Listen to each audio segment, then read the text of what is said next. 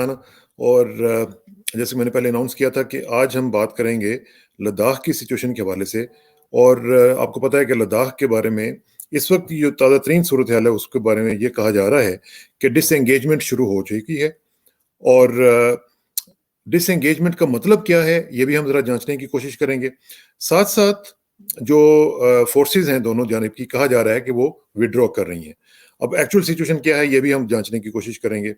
और फिर इसका इम्पैक्ट अब क्या होगा, क्या ये जो थॉइंग ऑफ रिलेशनशिप नज़र आने लगी है, अल्लाह करे कि वो वॉर की तरफ तो नहीं जा रही है, उसके बाद मामला कैसे जाएंगे, आगे कैसे बढ़ेंगे, क्या होगा, ये पूरा सिनेरियो आज हम डिस्कस करेंगे।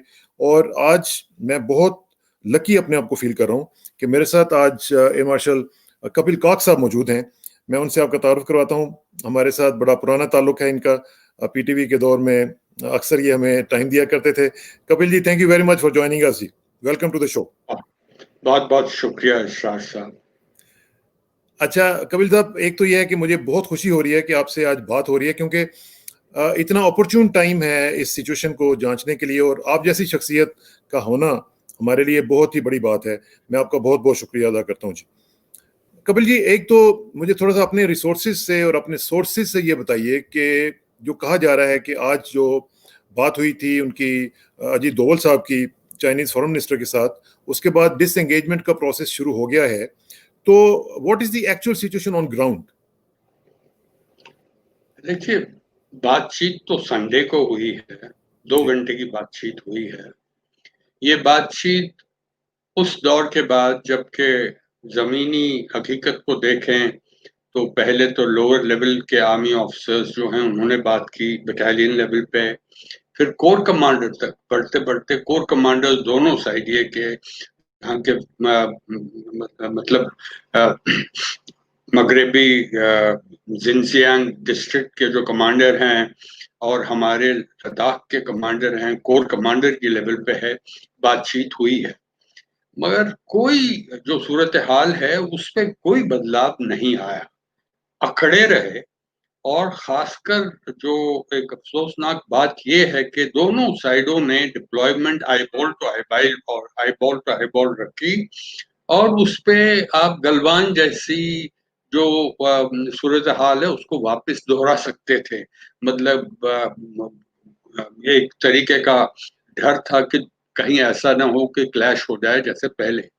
ये दोनों और सारी दुनिया जो है, आप आप जो जिस जिस मुल्क की बात करें, खासकर वेस्टर्न पावर्स की और साउथ ईस्ट एशियन पावर्स की, एक बहुत हाई लेवल ऑफ एंजाइटी थी। और मैं ये बहुत ही खुशी से कहना चाहता हूँ कि इस दौर जो एक बहुत टेंशन का दौर था, पाकिस्तान की तरफ से एक बहुत ही सियासतबाजी दिखी कि मतलब बहुत रिस्ट्रेन्ड बिहेवियर दिखा। हालांकि एलओसी तो वो फायरिंग होती रहती है, इधर उधर टेररिज्म होता है वो भी, जी। मगर ये एक बहुत ही अहम बात है। और मैं इससे पहले मैं आपका पूरा जवाब दूंगा कि इतनी जल्दी आपकी जमीनी हकीकत बदल नहीं सकती है। हाँ, कुछ थोड़ी सी डिसएंगेजमेंट, पहला आपने सवाल इंट्रोडक्टरी रिमार्क्स में पूछा था कि डिसएंगेजमेंट होता क्या है। ये देखिए, डिसएंगेजमेंट में दोनों साइड के जो फोर्सेस हैं eyeball to eyeball हैं, और कुछ हो सकता है तो पहले तो उनको बोलते हैं कि आप थोड़ा पीछे हटिए। तो वो डिसएंगेजमेंट का पहला कदम है। इसके मल्टीपल कदम रहते हैं हमेशा, जहां भी ऐसी सूरत हाल आई है हमारी तारीख में। उसके बाद बातचीत चलती रहती है, और ज्यादातर ये एक तरीके के मैकेनिज्म्स होते हैं, वेरिफिकेशन मैकेनिज्म, कि अगर आपने ऐसा कहा कि आप कर रहे हैं तो उसको देखना है कि वो हुआ कि नहीं हुआ है, वो चीन की तरफ से हो या हमारी तरफ से हो।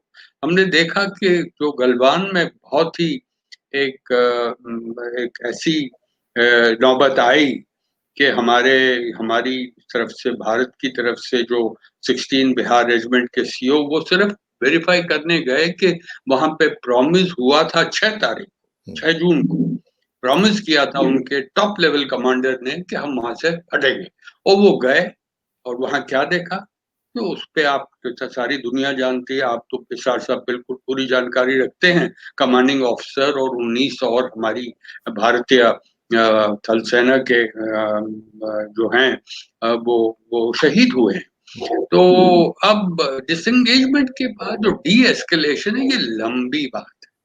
देखिए, ये सारी दुनिया को, खासकर आपको, आपके चैनल को, आपके व्यूअर्स को ये समझना कि अब अजीत डोवल और वांग ही जो उनके काउंसलर हैं, स्टेट काउंसलर हैं, वो इक्विवेलेंट है एनएसए के चीन में, तो उनके बीच में बातचीत हुई है, तो कल से पूरा बिल्कुल सूरत हाल बिल्कुल नॉर्मल हो जाएगा, वो नहीं होने वाला है। तो अभी तो शुरुआत की गई है गलवान में।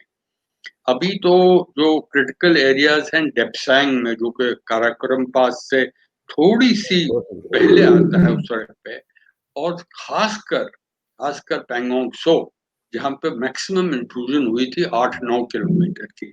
तो जहां अभी मुझे लगता है कुछ महीने लगेंगे, और दोनों साइड बड़ी केयरफुली वॉच करेंगे कि ये जो कदम उठाए हैं, ये वेरीफाई किए हैं, क्या वो कदम ठीक रहे जैसे हमने इसका मतलब डिसीजन लिया था। तो फिर ही हम कह सकते हैं, इसरार साहब और हम बातचीत करते हुए, कि अब सूरत हाल जो है वो बिल्कुल नॉर्मल हो गए।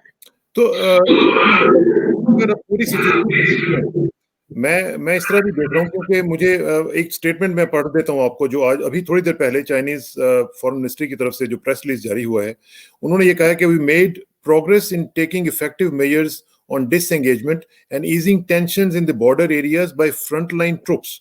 वी होप, ये जरा गौर से सुनने की बात है, we hope India will meet China halfway. तो इसका क्या मतलब हो सकता है कि एक तरफ वो कह रहे हैं कि जी गलवान वैली इज आवर्स, हमारा इसके ऊपर क्लेम है, और ये आपके प्राइम मिनिस्टर ने जब ये कहा कि वो तो आई नहीं है हमारी सीमा में, तो वो आई नहीं है, तो उसको उन्होंने उसको बेस बना के फिर कहा जी कि गलवान वैली इज आवर्स। तो फिर आप तो केस ही आपका खत्म हो जाता है। तो अब यहाँ पे जो कह रहे हैं कि चाइना को आप हाफ वे आके मिलें, तो इसका क्या मतलब हो सकता है? नहीं, ये तो चीन की तरफ से, देखिए, मैं बड़ी बैलेंस तरीके से आपके व्यूअर्स को समझाना चाहता हूँ।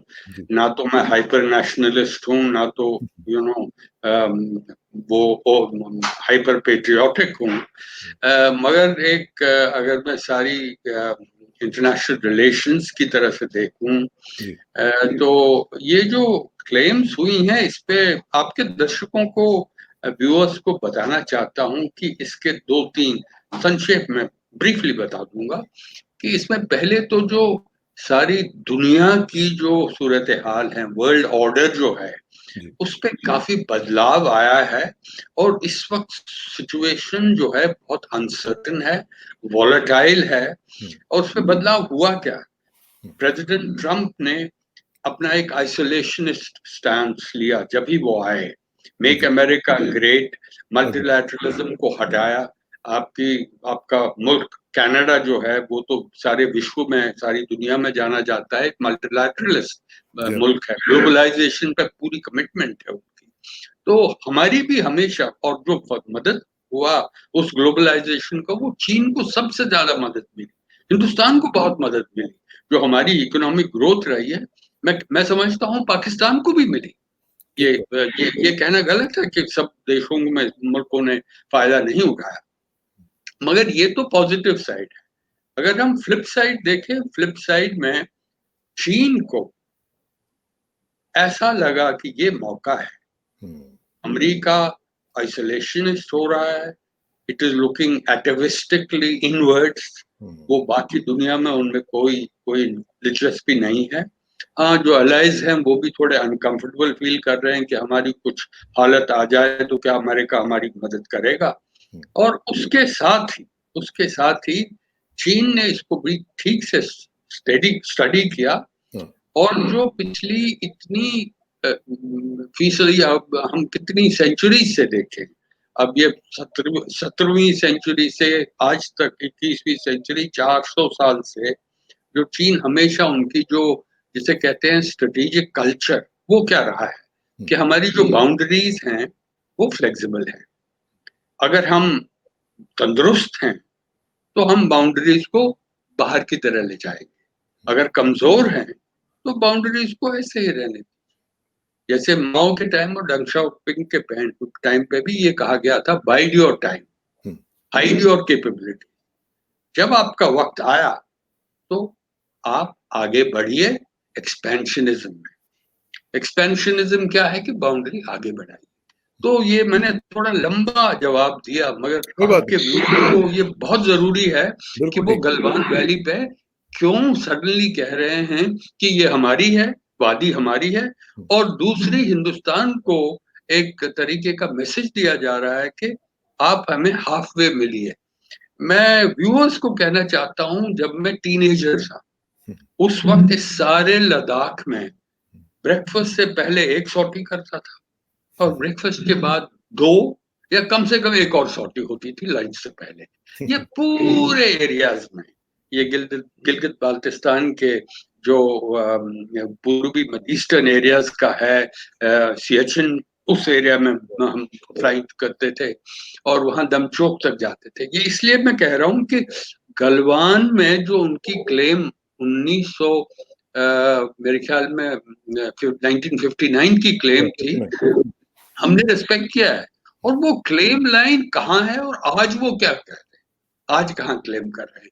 तो ये जहां जहां भी हुआ है, मैं बिल्कुल बैलेंस तरीके से, सच्चाई से, ईमानदार एनालिस्ट की हैसियत से कह रहा हूं कि जो कुछ भी चीन ने किया है बिल्कुल गलत है। वो इसीलिए भारत के लिए इतनी सिंपैथी ये नहीं हुई कि वो एंटी चाइना लोग मुल्क है, नहीं। पाकिस्तान भी बहुत मैच्योर रहा है, क्योंकि असली बात जो है वो चीन का जो ये एक्सपेंशनिस्ट, एग्रेसिव, पहले तो असर्टिव थे, अब एग्रेसिव वो हैं।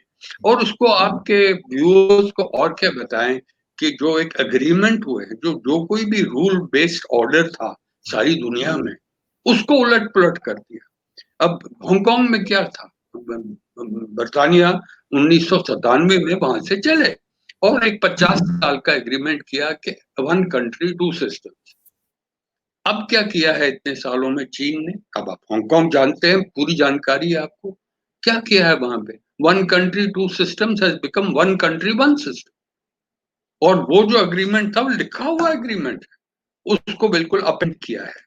आप लेकिन देखिए लेकिन इसमें मास्टर साहब, इसमें एक चीज मैं थोड़ी सी गुजारिश करना चाहूंगा कि आपने भी थोड़ी देर पहले ये कहा कि चाइना ने सिचुएशन को बड़े ही अच्छे तरीके से रीड किया और उन्होंने सोचा कि अमेरिका आइसोलेशनिस्ट हो रहा है, तो this is the opportune time and right time to do this thing.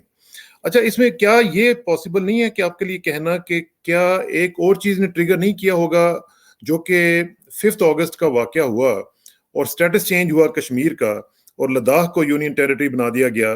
क्या वो भी एक फैक्टर आप समझते हैं कि हो सकता है चाइना की मैं थिंकिंग? अभी कहने वाला था मैं, क्योंकि फैक्टर्स तो बहुत सारे हैं। जो आपने कहा है मैं उससे आप बिल्कुल सहमत हूं, क्योंकि एक वजह जो है, क्योंकि ना ही हमने, भारत सरकार ने जम्मू कश्मीर, मेरी नजरिया से देखें, मैं पिटिशनर हूं सुप्रीम कोर्ट जी, के आपने साथ। केस किया हुआ है आपके साथ पांच लोगों जी के साथ। जी। जी हाँ। तो एक कश्मीरी की हैसियत से मैं कह सकता हूं कि जो कुछ भी किया है जम्मू कश्मीर में, गलत किया है। खैर, वो सुप्रीम कोर्ट हमारी उस पर डिसीजन देगी जब भी वो डिसीजन होगा। क्योंकि जो भी काम किसी, हमारी जो जमहूरियत है, जो भी काम हमारी मरकजी सरकार किसी भी स्टेट के लिए करे, वो बिना पूछे एक गैर डेमोक्रेटिक कदम है। और वैसे ही हुआ है कि अगर आपके पॉलिटिकल फोर्सेस के साथ बातचीत नहीं करते, वहां पे सेंट्रल रूल लगाया गया, गवर्नेंस रूल लगाया गया, उसके बाद बिल्कुल अचानक से पहले तो लोगों को कहा कि एक टेररिस्ट अटैक पाकिस्तान से हो रहा है, तो सारे टूरिस्ट चले गए। अमरनाथ यात्रा, जो सारे हिंदू लोगों के लिए बहुत ही महत्व रखती है, उस अमरनाथ यात्रा को कैंसिल किया और कहा कि एक बड़ा टेररिज्म अटैक होने वाला है। तो मैंने उस वक्त भी एक टेलीविजन चैनल में बोला था कि वो नहीं हो रहा है, कुछ 370 और 35A के साथ खेल हो रहा है। ये मैंने उस दिन 5 अगस्त की बात है, मैंने 4 अगस्त को कहा। तो उससे क्या हुआ है कि उसके बाद जो ठीक है ये हुआ, पर जो हमारे लिए अहमियत रखता है हमारे गुफ्तगू में, वो अहमियत रखता है कि जो लद्दाख को एक यूनियन टेरिटरी बनाया गया। ठीक। तो उससे जो हुआ है कि वो चीन के लिए एक तरीके से एक प्रोवोकेशन हुआ, और उसके बाद बहुत ही ज्यादा प्रोवोकेशन हुआ कि हमारे मरकजी सरकार के कुछ अफसरान ने, खासकर हमारी जो जमहूरियत के लीडर्स, राजनीतिक लीडर्स हैं, डेमोक्रेटिक सेंट्रल गवर्नमेंट लीडर्स, उन्होंने क्या कहा?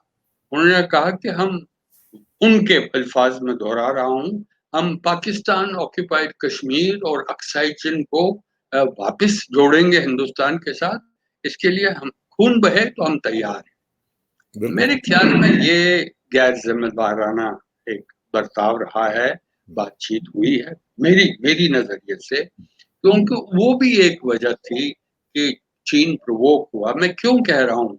क्योंकि 5 अगस्त और 6 अगस्त को जो जम्मू कश्मीर के स्टेट में बदलाव लाया गया,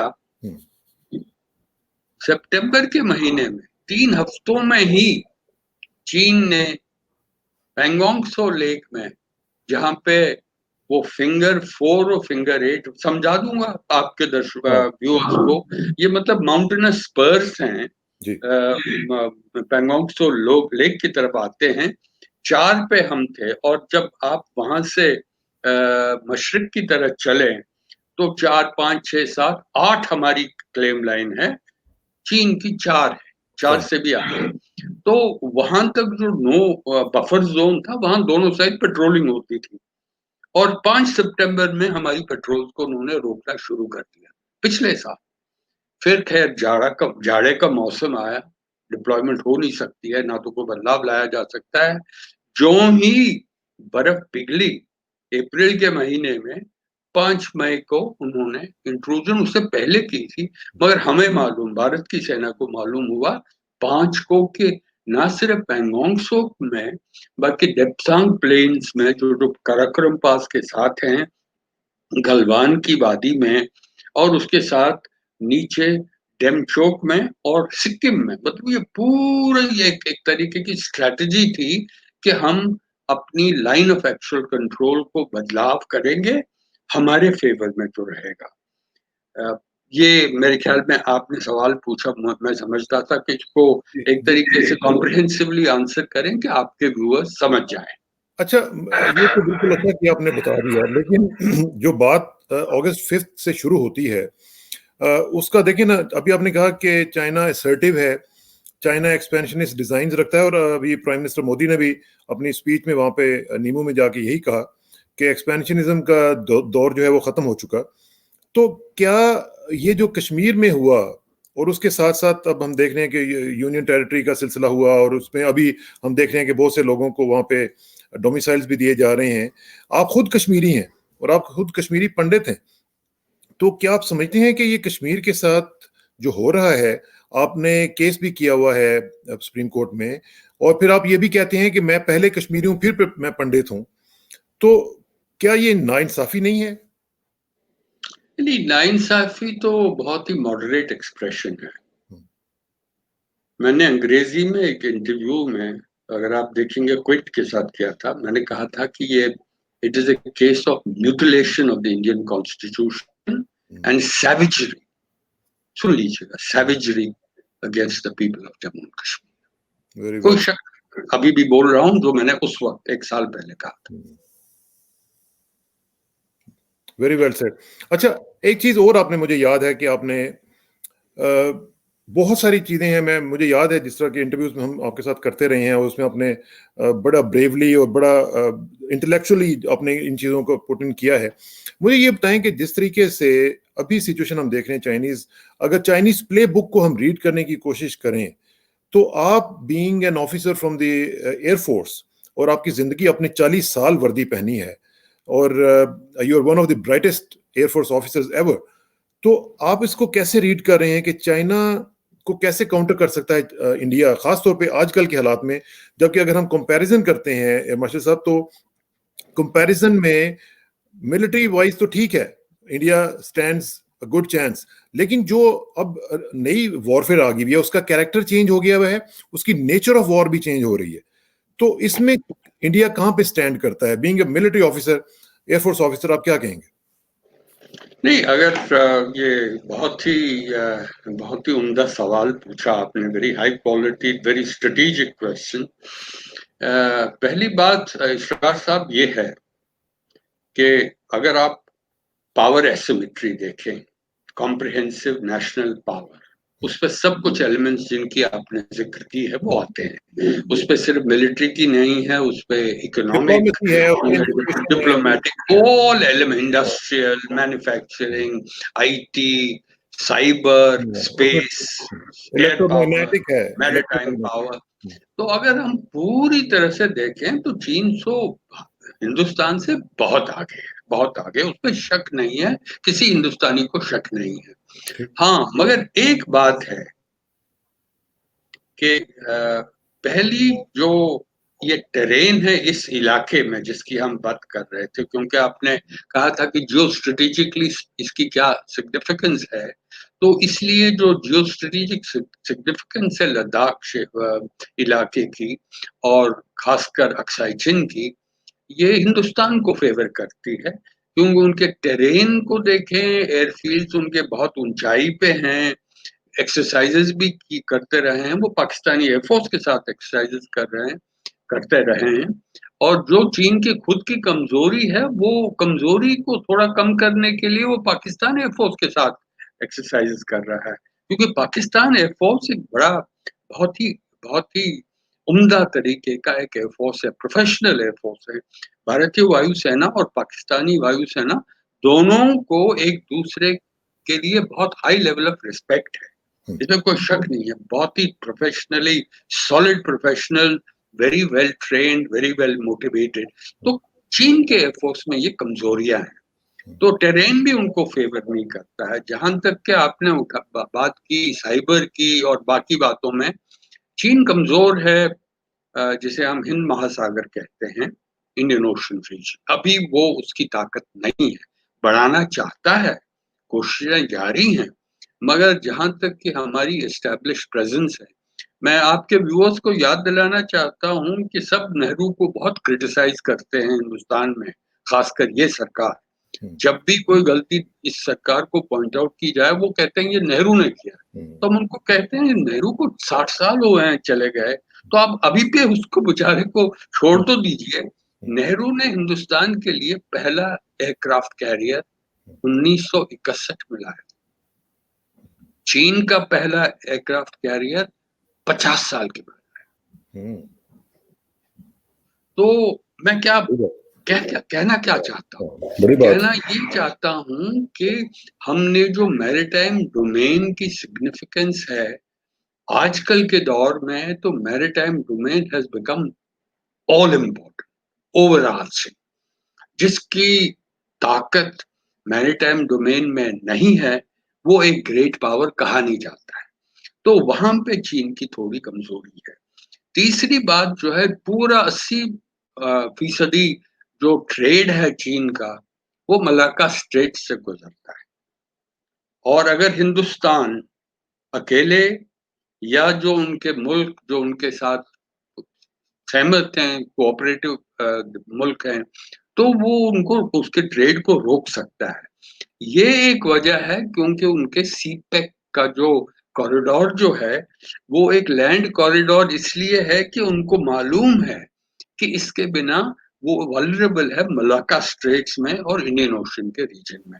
लेकिन तो ओवरऑल जो मैं आपका सवाल का खत्म कर दूं, जो जवाब देना था कि ओवरऑल में अगर काइनेटिक युद्ध हुआ तो हिमालयाज में हुआ या मैरीटाइम डोमेन में हुआ, हिंदुस्तान एक मैच है चीन के साथ, ठीक है। मगर अगर आप इकोनॉमिक वॉरफेयर करें या बाकी जो elements of comprehensive national power है, चीन हमसे बहुत आगे।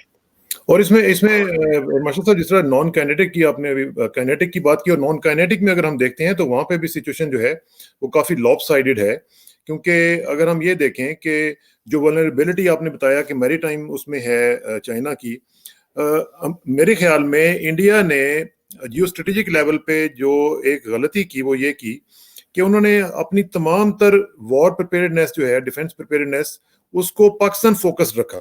और पाकिस्तान फोकस करके हमेशा पाकिस्तान के ऊपर फोकस करते हुए अपनी तमाम तैयारी की, सब कुछ किया, लेकिन चाइना को उस तरह उन्होंने काउंटर करने की कोशिश नहीं की और उसके लिए प्रेपरेशन नहीं की, उसके लिए स्ट्रेटजीज नहीं बनाई, अपने जो वॉर के डॉक्ट्रिन्स हैं वो नहीं बनाए। तो आज आप देख रहे हैं कि वो वल्नरेबिलिटी बन गई है इंडिया के लिए, और चाइना जो है वो इस तरीके से उनके ऊपर चढ़ दौड़ा है जैसे कि और दूसरी तरफ देखें कि जो लाइन ऑफ एक्चुअल कंट्रोल की एम्बिग्यूटी है वो भी चाइना की फेवर में जाती है। वो जब चाहते हैं वो आगे आ जाते हैं, इस्लामी स्लाइसिंग करते हुए आपके एरियाज के ऊपर आके कब्जा कर लेते हैं। नहीं, वो वही तो मैंने जैसे पहले समझाया था कि एक तो उनका स्ट्रेटेजिक कल्चर हमेशा ऐसा रहा है कि तिब्बत जो है वो हमारी हथेली है और उंगलियां जो हैं लद्दाख एक है, भूटान, नेपाल, अरुणाचल प्रदेश। जब तक ये उंगलियां चीन के पास नहीं आई तो इस हथेली का कोई मतलब ही नहीं। ये मैंने बड़े ही सिंपली आपके व्यूअर्स को समझाने की कोशिश की। ये इनकी जो दिलो दिमाग में ये कल्चर है, ये पिछले कुछ इतनी सदियों से आता रहा है। तो ये तो पहला है। दूसरा है कि हिंदुस्तान के लिए देखिए हमारा, मैंने आपको को भी बताया है और व्यूअर्स ने मेरी ये व्यूज सुनी भी होंगी। हमारी जो हिंदुस्तान के मुल्क की स्ट्रैटेजी है, ग्रैंड स्ट्रैटेजी, उसका एक ही मुद्दा है, सबसे अहम मुद्दा, वो है विकास, डेवलपमेंट। लोगों को पर कैपिटा इनकम बढ़ाना, कॉम्प्रिहेंसिव नेशनल पावर बढ़ाना, और मिलिट्री की तरफ आप देखिए, अगर स्टेटिस्टिक्स देखिए, आप गूगल कीजिएगा पिछले 50 साल का डिफेंस एक्सपेंडिचर देखिए, चीन का, पाकिस्तान का, हिंदुस्तान का, तो आप देखेंगे कि हिंदुस्तान बड़ा बैलेंस्ड रहा है। तो आप इसको वल्नरेबिलिटी समझते हैं, मैं नहीं समझता हूँ। हाँ, मिनिमम लेवल पे आपकी जंगी तैयारी रहनी चाहिए कि अगर आपको आपका एडवर्सरी नाक से खून बह रहा है तो आपके पास इतनी काबिलियत होनी चाहिए कि उसके कानों, दोनों कानों से खून बहे, वही चाहिए। क्योंकि आप वो दूसरी आलमी जंग के वो इम्पल्सेस तो चले गए कि sweeping tanks going across countries, using those resources to do more fighting, वो तो गया। अब है कि आपको मिलिटरीली क्या करना है ताकि आपके जो स्ट्रेटेजिक ऑब्जेक्टिव्स हैं वो मिले। भारत के चीन के किसी इलाके पे नजर नहीं है। भारत चीन के साथ, आपको याद होगा, मैं व्यूअर्स को याद दिलाना चाहता हूँ, 22 बार जो आपने कदम उठाया, बात की थी ना, डोवल और यांगी की बात, ये 22 बार मिले हैं और हिंदुस्तान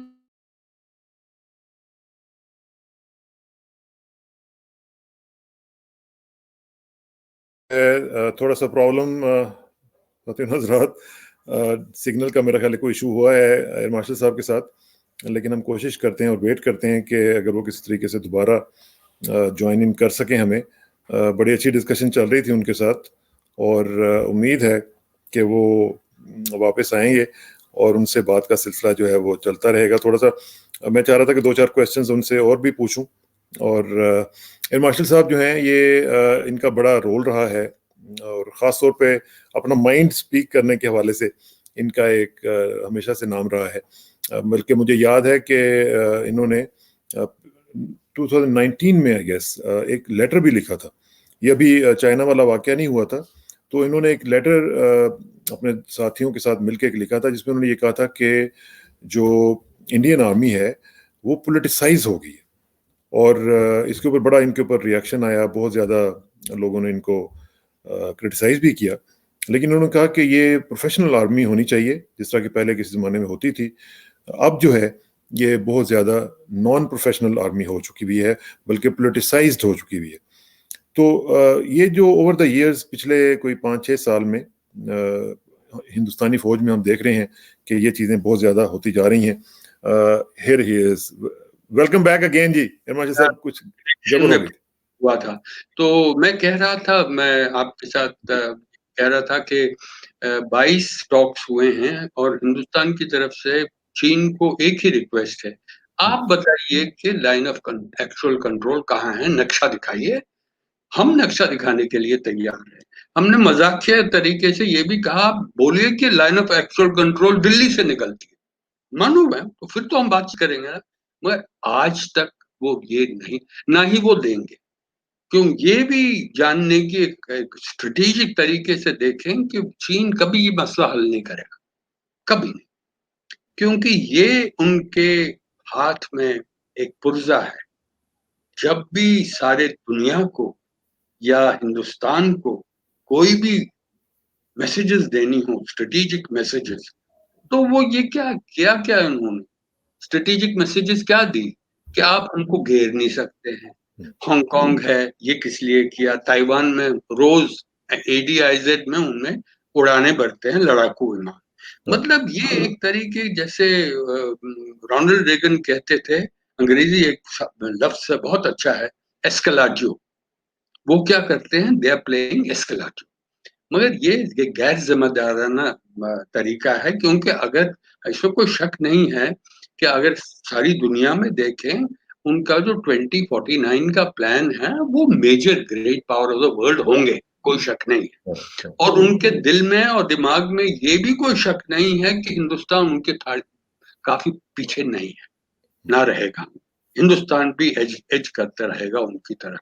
तो मेरी नजरिए से मैं देखता हूं, जहां स्ट्रेटेजिक सेंटर ऑफ ग्रेविटी सारी आलम का वेस्टर्न मुल्कों से अब एशिया में आने वाला है, वो प्रोसेस जारी है। और मैं समझता हूं 2047 जब पाकिस्तान की आजादी मिली थी और हिंदुस्तान की आजादी मिली थी, तो 100 साल हो जाएंगे।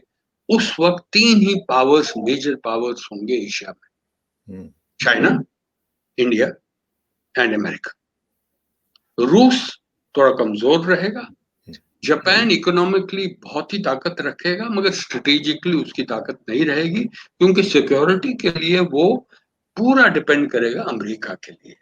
तो इसलिए जो आपने कहा था कि क्या आप देखते हैं कि टॉप से या इस तरीके से आगे जा सकते हैं, मुझे लगता है काफी वक्त की जरूरत है।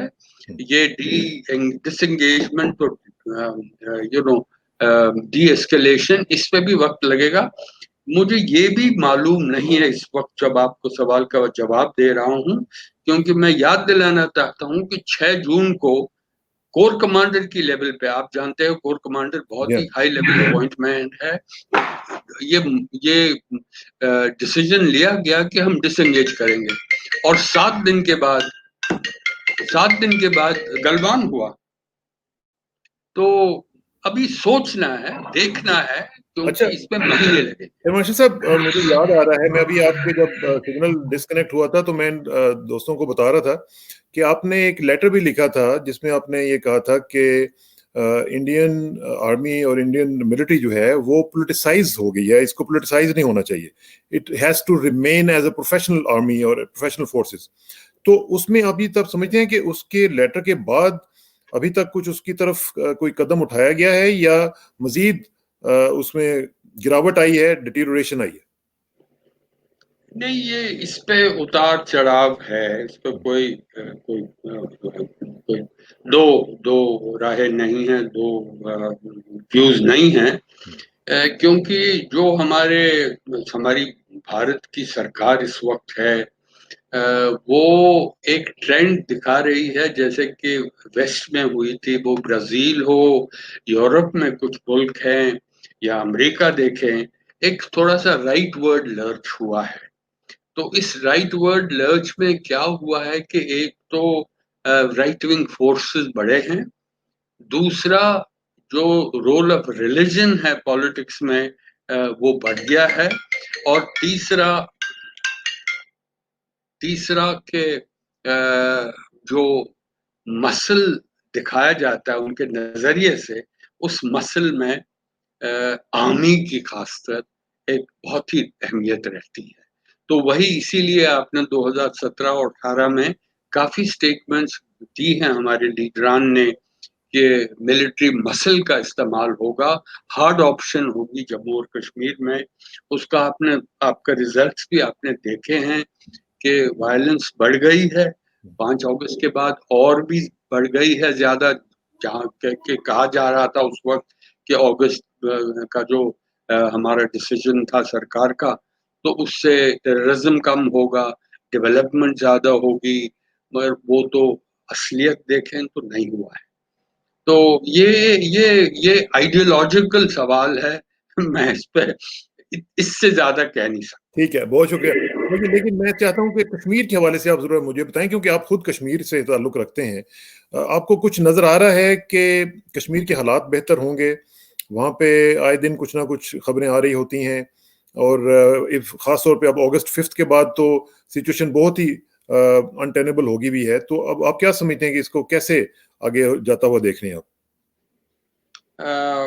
इसरार साहब, जो आपने सवाल पूछा है उसका जवाब, अगर आपकी इजाजत हो, गालिब का इस्तेमाल करूं? Any time, any time. आपसे मुझे यही कोई तवक्को है। उम्मीद भर नहीं आती, हाँ, हाँ, हाँ। कोई सूरत नजर नहीं कोई आती, सूरत नजर नहीं आती। मौत का एक दिन मुय्यन है, आहा, नींद क्यों नहीं रात पर आती। आहा, हा, ऐसा असलियत मेरे साथ है।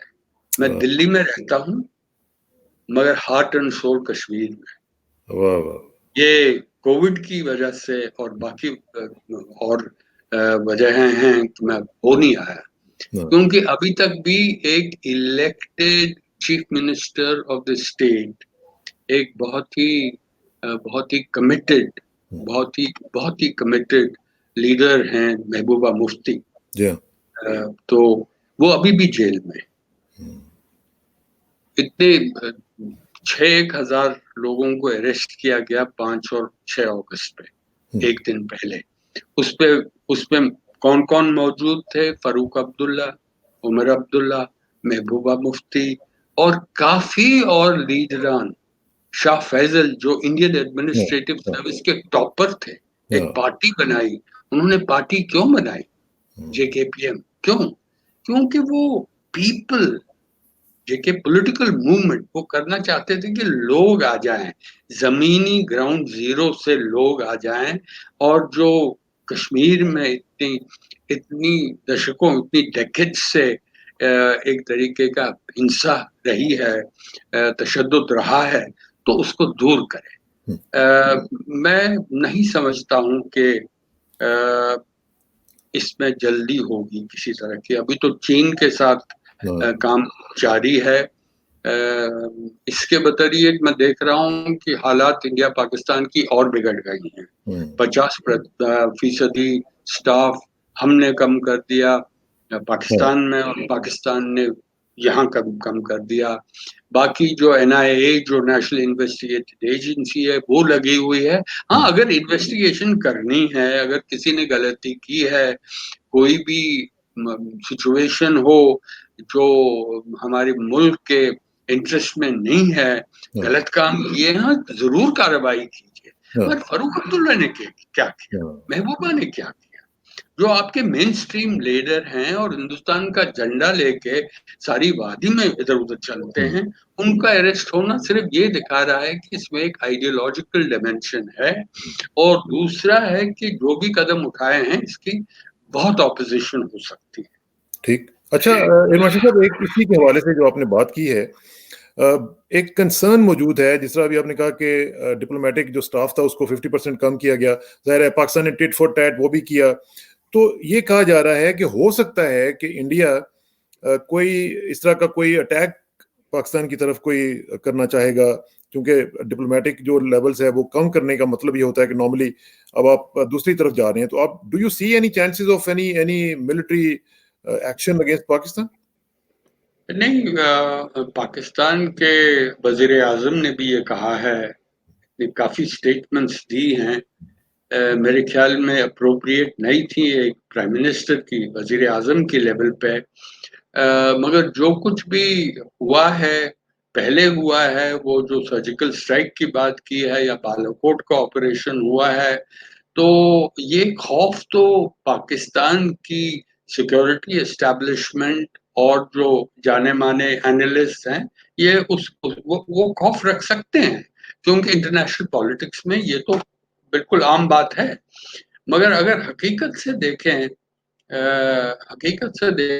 खासकर जब डोल साहब और यांग यी की बात हुई है, अब चीन की जो एक तरीके की खतरनाक सूरत-ए-हाल पिछले 6-7 हफ्तों में रही है, आहिस्ता-आहिस्ता वो टेम्परेचर जो है वो कम होता जा रहा है। हुँ। तो मैं इसके काउंटर में एक सजेशन मैंने पब्लिक डोमेन में भी दी है कहीं कि जो सॉफ्ट हैंगिंग, जो लो हैंगिंग फ्रूट है पाकिस्तान का, हुँ, जो टेंशन सरकारों में है उसका रहने दीजिए, हुँ। मगर आप एनएसए लेवल क्यों नहीं बढ़ा?